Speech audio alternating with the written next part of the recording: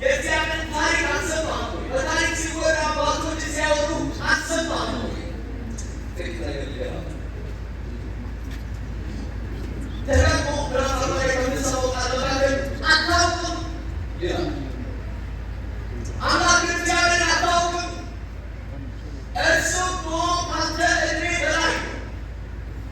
ውኆችን በፊቱ የሰፈረ ሰማያትን በስንዝር የለካ የምድርን አፈር በመስፈሪያ ሰብስቦ የያዘ ተራሮችን በሚዛን ኮረብቶችን በሚዛን የመዘነ የእግዚአብሔር መንፈስ ያዘዘ ወይስ አማካሪ ሆኖ እግዚአብሔር ያማከረው ማን ነው? ምንም ነገር ካለመኖር ወደ መኖር ሳይመጣ እግዚአብሔር በዓለትና በዓለም ላይ በምድር ክበባት ላይ ይቀመጥ የነበረ ሁሉ የበቃው አምላክ ነው እግዚአብሔር። ከማን ጋር ተማከረ? መንገድንስ ማን አሳየው? የማስተዋልን መንገድ እግዚአብሔር ማን ጠብቆ ነው? ቁጥር 15 አታውቅም? አሕዛብ ሁሉ በገባ ውስጥ እንዳለች ጥቂት ጠብታ ናቸው።